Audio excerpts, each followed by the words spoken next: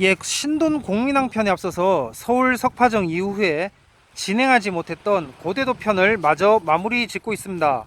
한국 루터교 기원 편인데요. 조선 편이고요. 예, 시한부 모드고요. 시대적 배경은 구한말이 되겠습니다. 이번 시간 제목은 300년 독일산 어거스틴주의 개신교 국가의 꿈. 제목을 이렇게 잡은 것은 현재까지 발견된 시한부에 따른 것입니다. 시한부 예언, 현재까지 발견된 시한부 예언에 따라서 제목을 이렇게 정한 것이고요. 지금 보시는 이곳은 충남 보령 고대도의 칼 기틀라프 기념공원이 되겠습니다.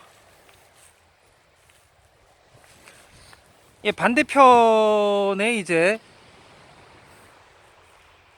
반대편에 고대도 마을이 있고요. 여기는 완전 반대쪽 반대편 남쪽입니다. 이곳에 배가 정착해서 여기 이렇게 한 것 같은데, 예, 완전 조용하죠.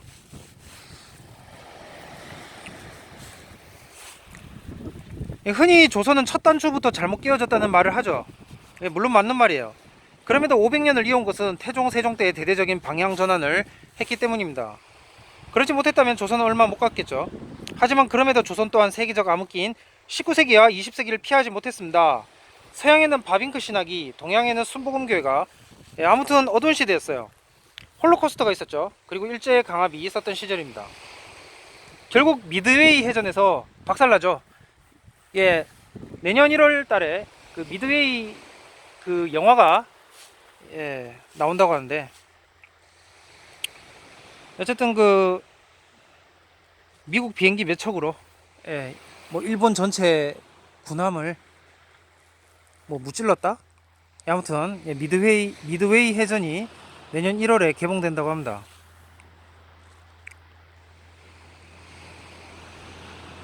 예, 미드웨이 해전에서 박살이 나죠. 그래서 영국, 미국, 이스라엘의 유대주의가 없었다면 세상은 어떻게 됐을까? 소련, 중공, 공산주의까지 해서 정확하게는 19세기 중반부터 20세기 중반까지 세상은 암흑기였다. 이 시기에 조선은 위기에서 벗어나고자 몸부림을 칩니다. 이때 들어온 게 개신교죠. 한국사에 있어서 세 번째 진입이 되겠습니다. 그리고 19세기는 기관총이 탄생한 시기이기도 합니다. 기관총 등장은 고대부터 내려오던 전쟁의 기본 원칙을 완전히 바꿔놨어요. 그것은 더 이상 병력의 많고 적음이 승리를 보장하지 않는다는 것입니다. 한국은 중국을 문명의 중심국으로 보면서 다른 국가들을 야만시하는 관점을 갖고 있었습니다. 그러나 서구 문명 앞에 새로운 선택을 해야만 했어요. 당신은 누가 먼저 근대화를 받아들이느냐, 이게 이제 선진국에 들어가는, 그러니까 진입하던 게 있어서 중요한 때인 시대였습니다. 예, 이곳 고대도는 선말 최초로 새마을 운동 시범지역으로 선정됐던 것입니다. 그럼 이명박근혜 지역이 되나요? 예, 친박도 되겠네요. 그러니까 오직 고령박씨, 이거는 곤란하고, 이거는 막시즘으로 빠져버리고, 뭐 가톨릭이나 예, 친경주씨 또는 친 이명박근혜, 예, 이렇게 이제 그 루터란의 정체성, 한국 루터란 정치 정체성을, 우파 정치 정체성을, 그러니까 이제 자유한국당 쪽에서, 예, 뭐 호남 우파도 자유한국당 오니까 어쨌든 물론 더불어민주당 안에도 우파가 있죠. 근데 소수고 현재, 예, 어쨌든 그렇습니다. 이곳 고대도에 그 귀출라프의 직접적인 유적은 없어요. 다만 기념교회와 조형물이 들어서 있죠. 한국교회는 기출라프 선교사에 무심했어요. 조선왕조실록과 일성록, 독일과 영국 등의 선교 보고서와 저술물이 있었음에도 1980년대가 돼서야 알려졌습니다. 흔히 그 마량진, 마량진이 한국 최초 성경 전래지라고 하는데, 그것은 이제 사실 어떻게 보면 맞지 않다. 이미 그 고려 몽골 때 네스토리안들이 들어왔고 경교가 당나라 외에 통일신라에도 번창했을 가능성을 제기한 학자들이 꽤 됩니다. 그리고 신라 김씨 왕족 자체부터가 유대인 아니겠습니까? 예, 기철라프도 유대인이었다고 하는데 물론 그 북계인지 모계인지까지는 알아보지 못했어요. 아무튼 근데 이제 오머니, 예, 모계 쪽에 더 가깝다는 생각이 듭니다. 그 어머니가 이제 죽고 또 이렇게 아버지가 재혼을 하거든요. 그러니까 좀 그 부분에 눌려 있는 것 같아요. 그리고 이 기출합의 행적을 보면 또 그 사람의 정체성을 알 수 있잖아요. 그래서 이 유태라는 단어를 사용한 첫 주자가, 예, 되겠습니다.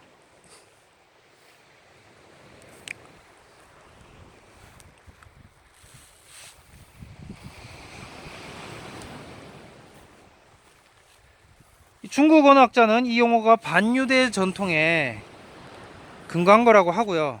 예, 그거에 따른 거라고 하고, 그 본디 송나라 당시에는 이츠러예라고 불렸는데, 당나라 송나라 때는 이츠러예라고 불렸는데 귀칠라프 이후에 유태라는 단어가 중국에 사용됐다는 글도 있어요. 그렇기 때문에 유태인이라는 말보다 이츠러예인, 예, 이스라엘인이라고 써주시면 좋고요. 예, 그리고 보니까 이제 모계 같네요. 예, 특이합니다. 어쨌든 폴란드계 유대인이었다고 하는데 독일에서 교육을 받았습니다. 예, 폴란드계 이츠러예인이었다고 하는데 이제 독일에서 교육을 받았어요. 예, 유대인 그러면은 유다 지파 생각하는데, 그래 되면 중동 유대인 이래 되는 거죠. 그래서 유럽 유대인 아슈케나지, 예, 이츠러의 인이라고 해야 맞겠습니다. 정확하겠어요. 열 지파를 하니까.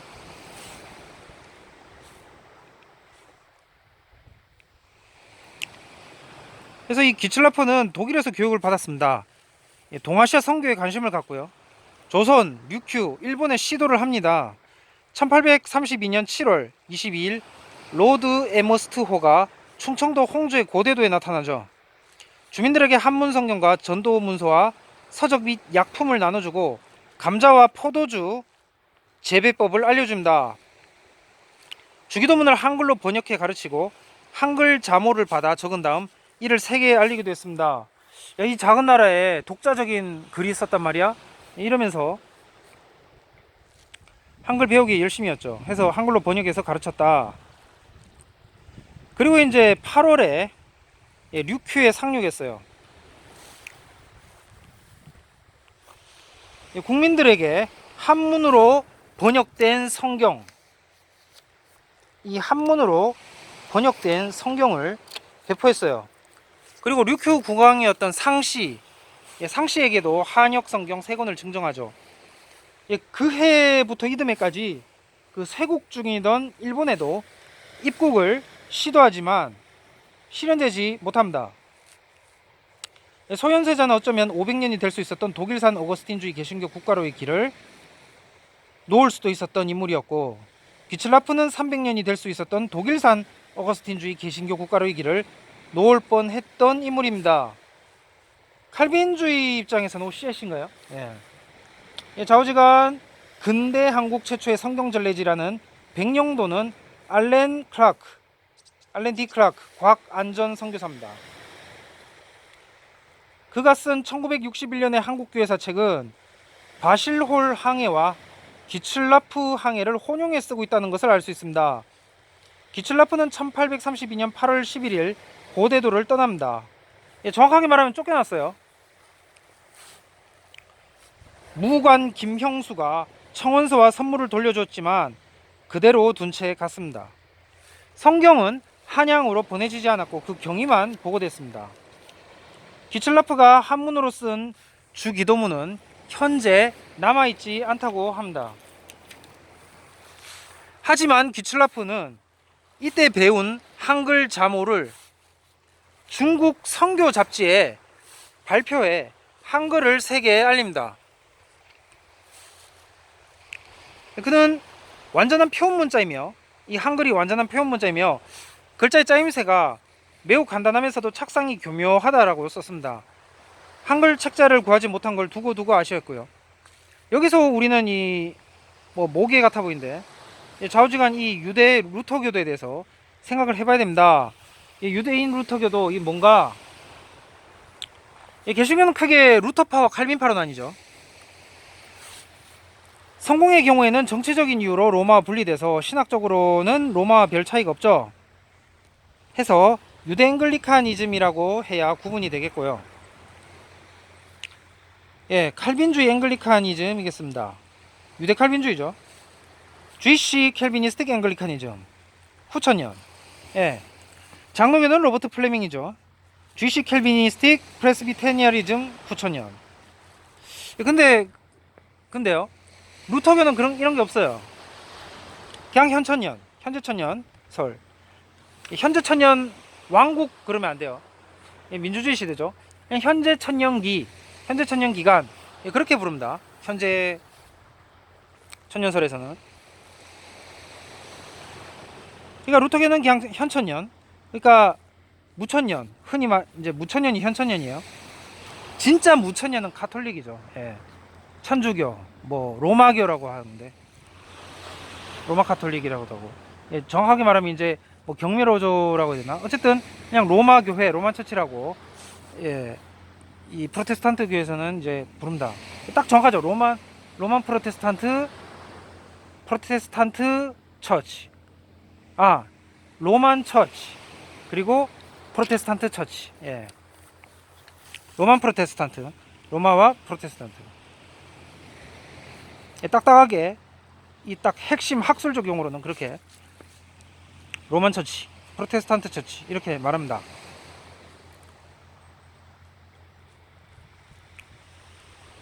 그러니까 제가 지금 여기서 말하는 성공회는 여러분이 주변에서 보실 수 있는 성공회 완전 다른 성공회죠. 그럼에도 이 유대교나 동방종교 같은 경우는 한국에서 보기 힘들죠. 그래서 제가 이제 이 주이시 켈비니즘 이제 책을 내려고 작업 중에 있는데, 내는 과정 중에 있는데, 유대 칼빈주의 소수죠. 그럼 지금까지 한국에서 배웠던 칼빈주 그거는 이제 엉뚱하게 잘못 이제 사실은 배운 부분들이 많고요. 그래서 이제 그냥 루터란이 되자 이런 말들이 이제 장로교 내부에서도 계속 말이 나오고 있죠. 한국 장로교 내부에서 그렇게 말이 나오고 있습니다. 그래서 그러니까 로마 카톨릭 구교로 치면은 로마 카톨릭이 루터파라면, 시한부 루터파라면 신교로 그렇게 적용을 하자면, 이제 유대교나 동방종교 쪽은 이제 유대 켈비니즘이다. 머릿수나 이렇게 외형적 사이즈, 신학 내용을 말하는 게 아니에요. 겉보기 그 교회 정치적 뭐라고 해야 되지? 사이즈, 크기, 사람들에게 알려진 정도, 많이 퍼진 정도, 그런 것을 보자면은 이제 그렇다는 거죠.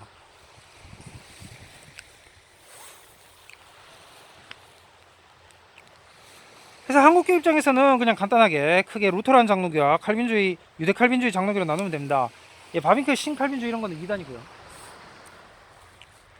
크게 둘로만 나뉘면은 나눠서 보시면 정확할 것 같습니다. 한국에 있는 성공회는 주이시 켈비니스틱 자이언 앵글리카니즘이 아닌 거죠. 루터교 경우에는 다만 여기에 시한부가 달라붙는다. 시한부라는 그 태그가 달라붙는다. 그렇게 보시면 되고요.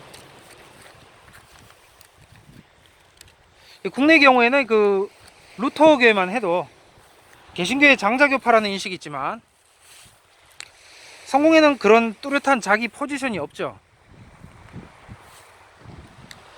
천주교와 뭐가 다른가 생각하실 겁니다. 국내 일반인들에게는 성공회 하면 일반적으로 천주교도 개신교도 아니고 이혼이 허용된 천주교, 사제 혼인이 허락된 천주교, 천주교의 진보적인 한 갈래, 개신교 일파 등의 인식이 뒤섞여 있어요. 성공회 자체가 다양한 신학 노선이고요. 정치 집단이기 때문에 캘비니스틱 앵글리칸 시오니즘은 따로 떼어 보아야 될 것입니다. 지금 한국 장로교도 이렇게 이 성공회처럼 이렇게 돼버렸어요. 다양한 신학.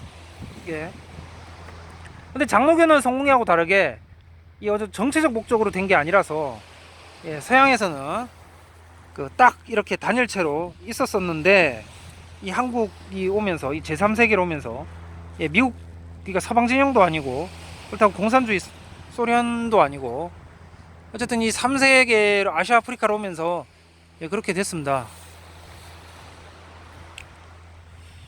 이게 뒤섞였어요. 그래가지고 뭐 루터란 장로교, 뭐 순복음 장로교, 바빙크 장로교, 구원파, 박옥수 구원파 장로교도 봤어요. 예. 그러니까 부교육자 입장에서는 그냥 그런 거를 따지기보다는 예, 부교육자 입장에서 말을 해주자면 그냥 놓고 사임을 하는 게 확실하다. 이 교단이 그 신학을 골라내는 작업을 기능을 하고 있지 못하기 때문에 그냥 놓고 본인이 도저히 그런 그 이단 사상을 가진 목사 밑에서 부교육자로 있을 수가 없다 판단이 되면은 스스로 그냥 놓고 나오시는 게 지혜로운 방법이다. 저는 이제 예전에 그 앞서 있었던 그 선배 목사들처럼 한국교회 저도 막 대들고 개혁주의 그러면서 했는데 이 나중에 딱 나와서 연구를 해보니까 일단 머리가 중요하죠. 그 다음에 행동 연구해야지. 행동파가 이렇게 그래서 했는데 보니까 이게 다 이렇게 오히려 사랑으로 받아 그러니까 뭐라고 해야 되지? 예 넘어가고 그냥 본인만 잘하면 되고 예 그냥 뭐 안 맞고 예 안 맞고요. 어쨌든 안 맞죠. 예 그러니까 밑에 그 부목사로 있을 수 없는 건 확실하고 예, 부목사 제도 자체를 장로교주의 원래 올드 켈빈이죠. 예 장로교주의 시스템 자체가 거부하기 때문에 예 교회가 작을 수밖에 없고요. 사이즈가 300명도 채 못 넘길 거예요. 예 그래 됩니다. 어쨌든 한국은 예, 이미 장로교가 많이 퍼져버려서 예, 그래서 어쩔 수 없이 예, 이제 신앙만 이렇게 루터란 장로교 형태가 떴다 해서 어쩔 수 없는 제3세계라는 거 예, 어쩔 수 없이 기독교는 외래 종교다. 예, 그렇게 보시면 되겠습니다. 이 한국어란 것도 이게 출처가 고구려라고 하잖아요. 그러니까 이 한반도 남부 한반도 남한 언어가 아니니까 예.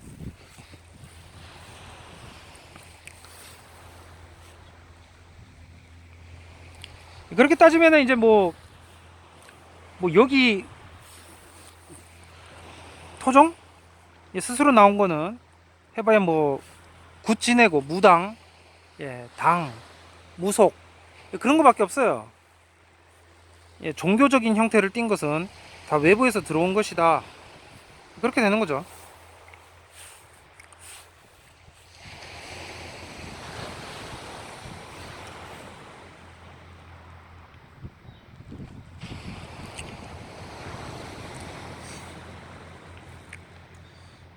아무튼 그 앵글리칸 시오니즘만 성공해서는 진리다. 예, 그렇게 보시면 되고요. 루터교는 유대인이나 이방인이나 똑같다고 보죠. 그게 칼빈교와의 차이고, 예, 올드 캘빈이즘, 옛 칼빈주의죠. 화란신 칼빈주의는 기독교가 아니라고, 예, 기독교는 철학이 아니죠. 신학이고요. 신학 철학 구분해 줘야겠습니다. 그러니까 제가 말하는 건 16에서 18세기까지, 16, 18세기 성공의 칼빈주의, 장로교 칼빈주의의 예언이다. 이렇게 보시면 되겠습니다. 예, 복잡한가요? 예, 아무튼 기독교 진리는 현재 그냥 루터교 다만 시한부라는 태그가 붙여진 예, 이거하고 그 다음에 이제 유대 칼빈주의 앵글리칸 시오니즘 이거하고 유대 칼빈주의 장로교 이렇게 세 개가 크게 가장 넓게 이렇게 잡자면은 그렇게 되겠습니다. 그리고 마지막 이 수많은 21세기 예언들 이 2000년에서 2099년 사이에 뭐 아마겟돈 종말도 나고 뭐 예수 재림도 나고 뭐 유대인 돌아오고 막 이런 막 예언들이 있거든요. 그거는 과감하게 제끼고 생략을 하고 22세기부터 해서 보면은 크게 세 개로 나눌 수 있다. 일반 루터란, 그 다음에 유대 칼빈주의 성공회, 유대 칼빈주의 장로교 이렇게 셋으로 나눌 수 있다고 하겠습니다. 이 세 범주에서 현재의 한국 장로교는 루터교에 들어간다. 그러니까 루터란 장로교 즉 어거스틴주의라는 말이죠. 교단보다 신학이 중요합니다. 왜냐면 현 상황에서 뒤죽박죽 되어 있기 때문이에요. 제3세계죠, 한국. 부자 나라긴 한데 미국이 자꾸 이제 그 방위 부담금 내라고, 부담하자고 분담금 내라 그런데, 부자 나라긴 한데 이 정신, 이 머리는 아직은 더 끌어올려야 됩니다. 그래서 정신 상태는 아직 제3세계다. 아무튼 이게 현실이고요. 이건 이제 하면 돼요. 네, 하면 되고, 이것은 이제 얼마 걸리지 않을 것입니다. 좌우지간 이게 현실이고, 칼 기틀라프, 칼 기틀라프를 볼까요?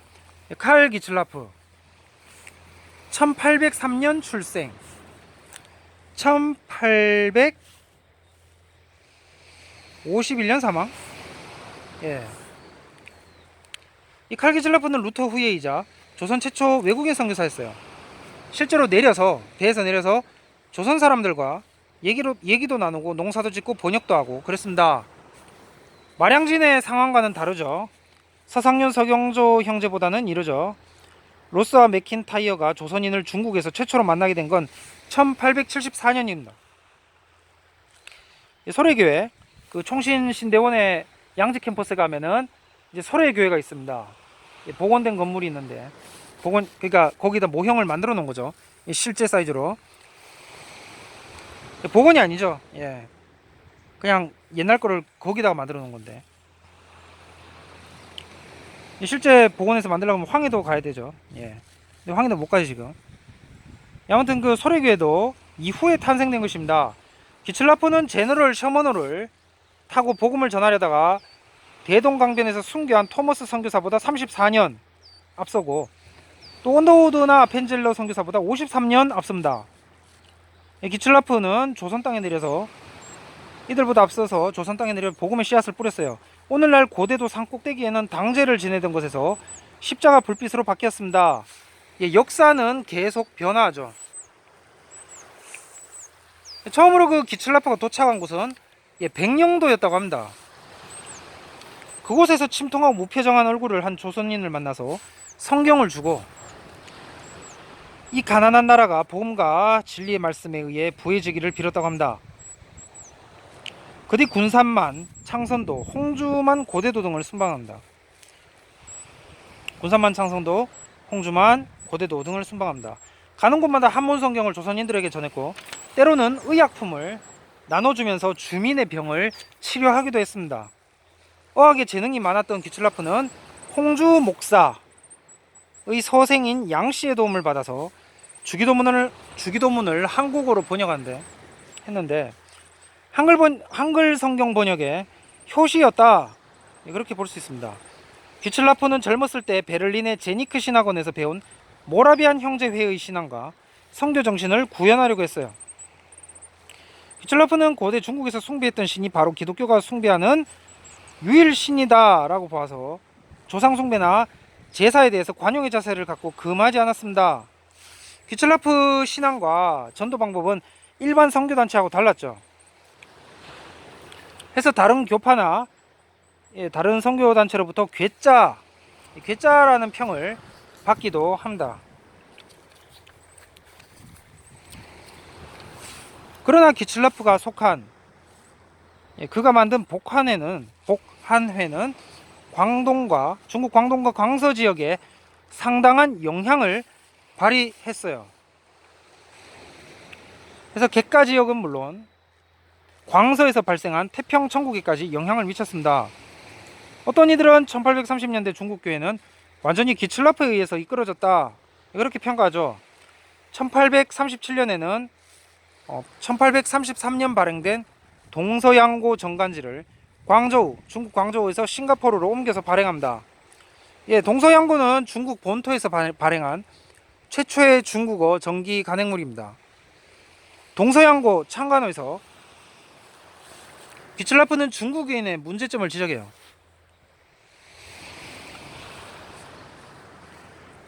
기틀라프는 선교사 신분이었지만 특이하게도 복음 전파보다 서양 문명 소개로 중국인의 안목을 넓히고자 했습니다. 그리고 나아가서 주중 외국인,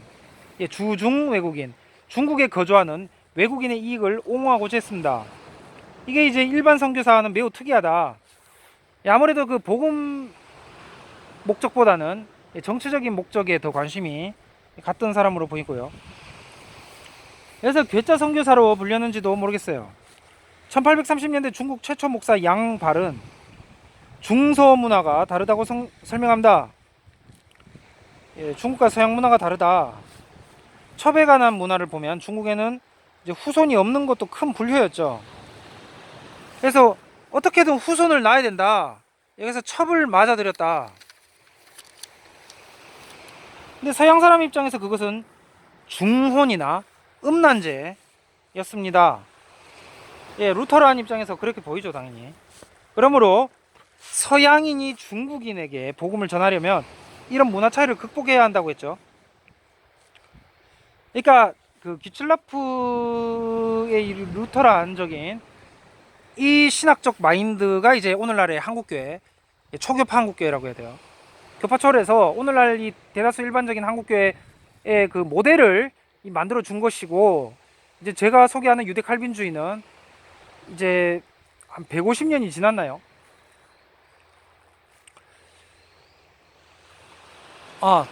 만약에 1832년부터 치면은 그 이상이죠. 어쨌든 200년 가까이 뒤에 이제 이렇게 소개하게 된 것입니다.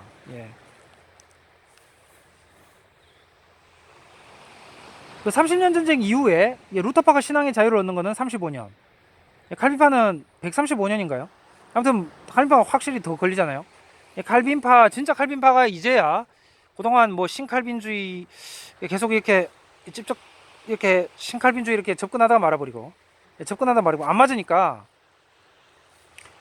계속 그렇게 미기적대다가 결국에는 이제 루터란으로 아예 그냥 한국교회는 붙어버리고 그쪽으로 이제 아예 세팅을 해버리고, 이제 저는 이제 일반 그런 사람들이 생각하던 그런 게 아니라 유대 칼빈주의, 이거 올드 캘빈이죠. 이거를 이제 소개하게 되었다. 그렇게 되겠습니다. 근데 그럼에도 기틀라프 또한 영국적 세례를 받은 독일 국적의 폴란드계 유대인이라는 사실. 아내는 영국 성교회 소속. 아내는 영국 성교회 소속이었어요. 영국 성교회. 해서 이 예언가 2122년 점원잔 독일인 요한도 2122년을 이제 끝으로 예언을 한, 끝이다 엔드로 예언한 이제 그 18세기 이 독일인 요한 또한 유태인이었을 수도 있겠네요. 잘 모르겠어요. 물론 이제 모계 쪽이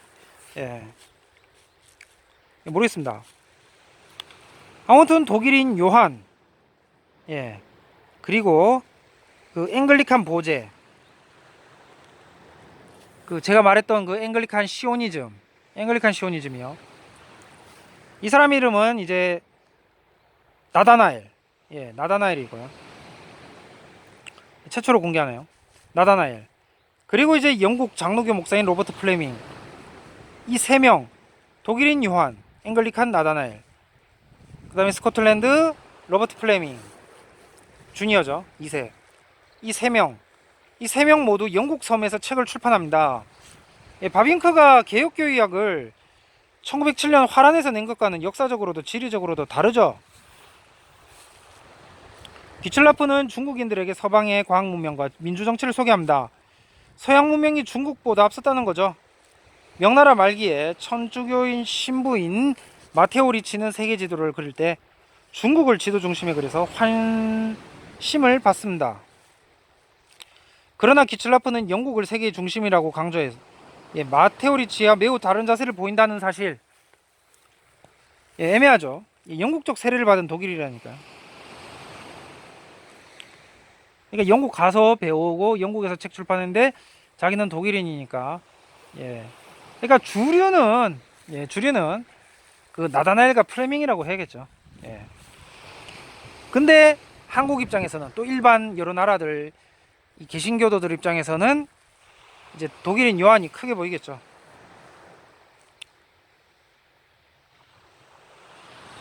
예, 아무튼 그 기철라프 선교는 이후 대한제국 영향에 큰 영향을 끼칩니다. 대한제국에 큰 영향을 끼칩니다.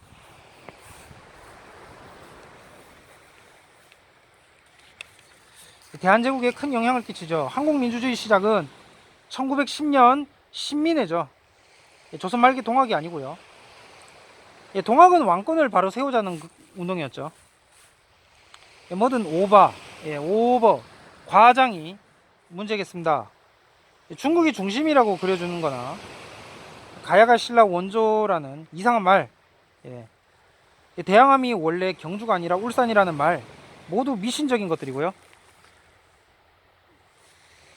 기출라프가 온 것도 이거 고대도이지 원산도가 아니다.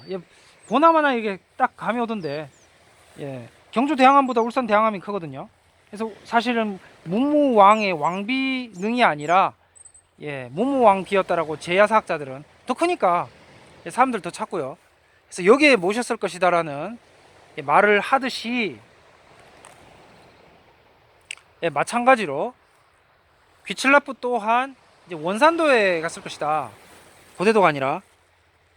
알고 보니까 원산도 크더라고요. 사진 보니까. 그것도 잘못된 말이다. 그렇게 보여지겠습니다. 기출라프가 최초 성교한 곳은 원산도가 아니라 고대도고요. 고대도보다 원산도가 더 크고요. 더 내륙 안쪽이죠. 그래서 그러는 것 같습니다. 여긴 좀 더 멀어요. 원산도보다. 이 육지 입장에서 더 멉니다. 더 멀고 섬도 작아요. 근데 이제 여기다가 곧 다리를 놓는다고 그러던데, 그런 거, 이 고군산군도는 이미 다리가 놓여 있는데 여기는 왜 이제야 놓는가? 그런 생각이 들었습니다. 호남 민심 사기 플러스 관광지, 거기가 이제 더 좀 절경이 많으니까 충청도보다. 그래서 그랬던 것 같은데, 단순 이제 놀러 가는 용으로, 레저용, 여가용으로 이제 그렇게 했던 것 같은데, 어쨌든 이게 여기도 중요하다는 사실. 여긴 종교적으로 중요한 거죠.